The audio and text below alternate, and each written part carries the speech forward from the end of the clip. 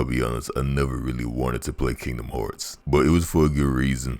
At least a younger me, it was a good reason. See, when I was growing up, I always heard about Kingdom Hearts and all that stuff, but I never really wanted to play it because I always thought it was going to take super long to beat, and I also thought it was going to be a very difficult game too. And I was right in a sense, but not 100%. So about 5-6 months ago, I saw the 1.5 and 2.5 HD remake, whatever it's called.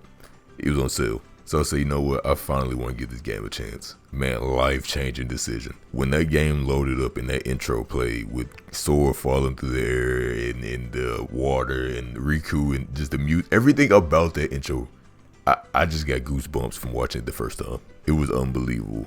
And to see this game age that well is just crazy because rarely do games from that long ago age well to this day. That game was just an experience like no other. I really wish I could replay it again for the first time.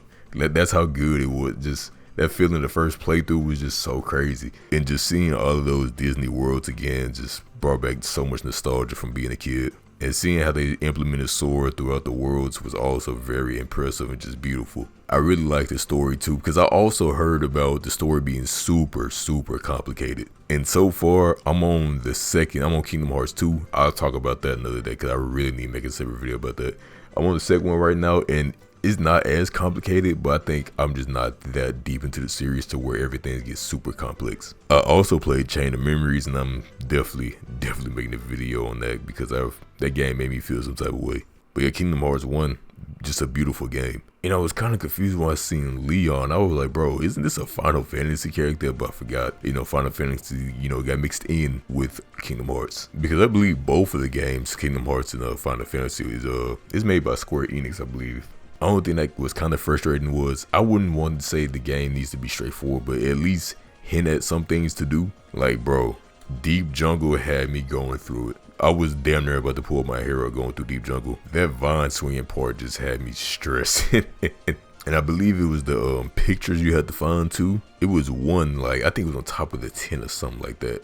And it would drive me crazy looking for that last one. Also the Coliseum, the prelims. Oh my god, dude, they were pissing me off. I still enjoyed it though, but it was just like those little moments were very frustrating. And out of all of those worlds, I think my favorite had to be in between either Halloween Town, Agrabah, or probably Neverland. And I also like how they put Winnie the Pooh in there too with 100 Acre Wood. I feel like that was a nice little addition. Monstro was cool. I really wasn't the biggest fan of it, but it was okay world.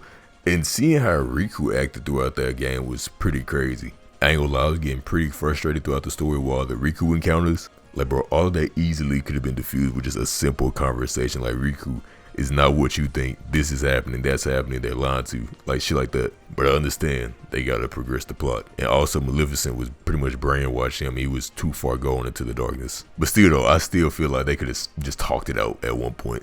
And the boss fights in this game, top tier. Even though I didn't like Atlantica that much, I feel like Ursula was one of my favorite boss fights. And one of my least favorites had to be Riku in Hollow Bastion. Cause man, he was beating the dog shit out of me. I can't lie. And I said the Riku Hollow Bastion fight was one of my least favorites. But the final boss though, the last boss of that game, that last Ansem fight was one of the hardest fights I've ever had to fight in gaming history. Swear to God, right hand to God. That fight literally took me days to beat. I would be fighting him for hours, take a break, come back next day. Rinse and repeat till I finally beat him. That fight had me losing my mind. Just when I thought it was over, boom, next form. I was like, okay, I beat him. Next form, okay, that's gotta be it. Third form, fourth form. It's like, god damn, bro, this fight never ends. Like the way I just kept dying, I was thinking to myself, I have to be under leveled or something, or I'm just doing something wrong. Like my strategy has to change. But thank God I did end up beating him in that final cutscene. Beautiful. Finally seeing Mickey pop up, Riku helping us close the door, and hearing this song.